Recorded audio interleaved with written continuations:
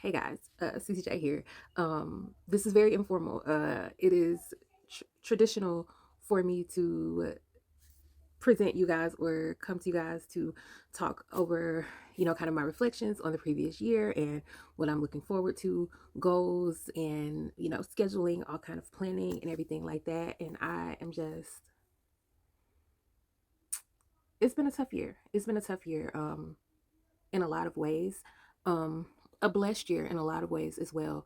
And I'm in a place right now where I am like, I feel like I've just wasted so much time this year focused on what is not going my way, in terms of, us being able to move into our new house, trying to schedule around the baby and trying to get work done, medical issues that have cropped up, just one thing after another.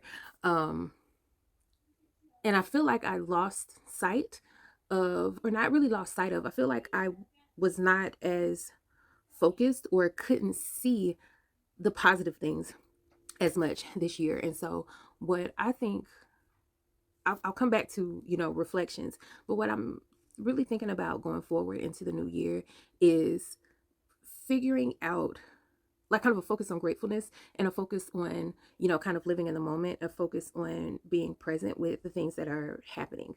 um Something I've heavily talked about with my therapist is kind of my, it's twofold really. A hard time really seeing the future, like really envisioning the future. It's like I can set goals, but I have a hard time like seeing it, like seeing like far future goal, or not even far future goals, a year, 2 years from now. I can say I want to, you know I want to get into film. I can believe that it's going to happen and I can work towards it, but I won't believe it's going to happen until it's actually happening. And then once it's actually happening, this is the other part of it. Once it's actually happening, I'm critiquing it and picking apart the ways that I could have done it better, the ways that I could have or should have done it better, rather. Should have done it sooner, should have done it, better quality, less money, etc., etc., etc. And I really want to get away from that. I really want to get away from that. Something that I was talking about with my husband, like just a few days ago, the way that we were able to do Christmas for our girls this year, and the way we were able to do Christmas for each other, um, we really sacrificed. Like in the beginning of our marriage, in the beginning of kind of starting our family, like we really sacrificed. We really tightened the belt. We really, had some like delayed gratification, all of that, in order to be able to be at a place now where we don't have to do that as much anymore, where we're able to, to splurge on the kids, where we're able to splurge on each other. Um, and we were talking about how, or wondering if that's kind of a blessing and a curse kind of thing. Absolutely a blessing. That's not in question. But it's like,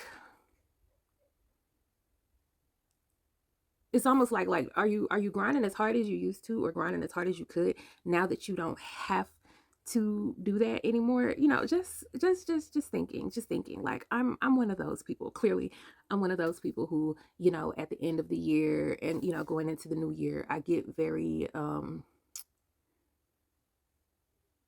I'm very into, the reflection, and I'm very into the, the looking forward, and the, what can I do differently? What can I do better? How can I be better?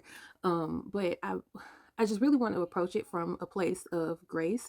And really, more than anything, I think what tripped me up a bit this year in terms of, what I need of what I wanted to do but didn't get to do, was such a rigid focus on, well, this is the way I've always done it. Why can't I do it that same way now? And I have to come to a place where I can approach things from not such a rigid, well, this is the way that I've always done it. This is what worked in the past. This is, and it ties into the whole hustling thing, the whole grinding it out type of thing. Because I remember when my 11-year-old, when she was a baby, that's right around the time that I started publishing. That's right around the time that I started writing. I'm 10 years into publishing. And when she was little, I was getting stuff done. I was getting stuff done. I would write on my phone. I was writing, in between classes because I had gone back to school. I was, writing, in the cafeteria surrounded by teenagers, I was in it, and I feel like I have to come to a place where I can just steal those little moments as much as I can, while also giving myself grace for the fact that I have a small baby. He'll be 8 months old in a few days, and he is very much like his mommy is his world. He's never been to daycare. He's not headed to daycare either. And it's, to me, I consider that a blessing. That I am able to have this time with him when he's small, because like this is for real the last baby. Like we're not doing this again, and I want to be able to enjoy those moments. I want to be able to remember those moments. There's so many moments with my older, like there's so many moments with the girls that I just simply don't remember, and it's only because of like videos that I have of them that certain moments that I can even recapture them at all. And it's like watching someone else live that, because I was so steeped in baby blues, postpartum depression, et cetera, et cetera, et cetera. And I don't want that to be the experience again. And so the way that I want to tackle my planning and goal setting for 2024 is, for one, flexibility, like so much flexibility, so much grace, and so much just being open to what comes, while still trying to, of course, get things done. If you're a fan of the Connecticut King series, you know that Love just recently, like a few days ago, book 9 of the Connecticut King series came out, which means that I've literally got to be on my way. And so I got to get a move on. I got to ramp it up. I got to get it done.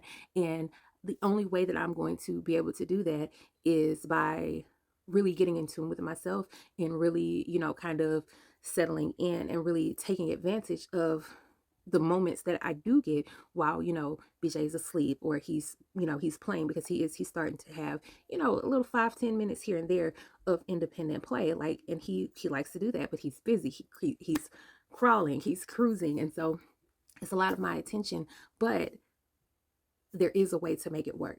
And I am determined to find that way to make it work. What I'm thinking about for this year is digital planning again. I've got my iPad. It's literally charging right now. My pencil is charging, and I actually ordered a thing so that I don't have to charge my Apple Pencil like that, because I hate that. Like, that is what I hate that. But anyway, I just purchased a new digital planner that I'm going to be using. For my writing stuff, I'll be using a Momentum Shift planner, but I do still need a personal planner as well. But what I'm thinking about really, really heavily is time blocking. Time blocking, and doing it in a way where if I can get like 3 to 4 hours of work during the day, that would be great. And what I mean by work is, it could be any certain level of things, but I have these 3 hours worth of stuff I want to get done, and then these banks of things, like this is a 5-minute task, this is a 10-minute task, this is a 30-minute task, this is a 15-minute task, whatever. Like figuring out how to build 3 hours worth of productivity just in these little moments, because that's what works for me. Like that's what I think is going to work for me. And just going from there. This year, again, it's been tough, it's been hard. We've managed to get a few things done, with the heavy assistance of Jen, who is our virtual assistant. She has done, like, dude, there's so much that just would not have happened this year if it wasn't for her. And so absolutely forever grateful to her for her time and attention through the CCJ brand this year. What have we done? We've done a rebranding. We put out In Development, which is the CCJ reference doc. Here just a bit ago, we were able to get out TBR, which was the reading journal and kind of activity book thing that I've had on my mind for a while. 4 published projects, but only 2 of them were like completely new writing. 2 of them, which was Please Reconsider and Until the Sun Comes Up, those were kind of not necessarily recycled, but revisited work that had just never been out, like, for public consumption in any format. 13 or 14 audiobooks, new merch designs. Like, so things have been happening, things have been getting done, but it's just always kind of one of those things of, it never feels like enough. And I don't know when it's gonna feel like enough. I feel like every year I say that I don't feel like I've done enough. But this year was 10-year anniversary. Like, I feel like I talked about it so much leading up to it, and then when it came time to it, there I didn't really do very much. Just because just the bandwidth was, as always, we press on and we make it work. Thank you so much for your support through this year. Thank you for rocking with me as always. I know that often, here on YouTube, I present myself to you very raw.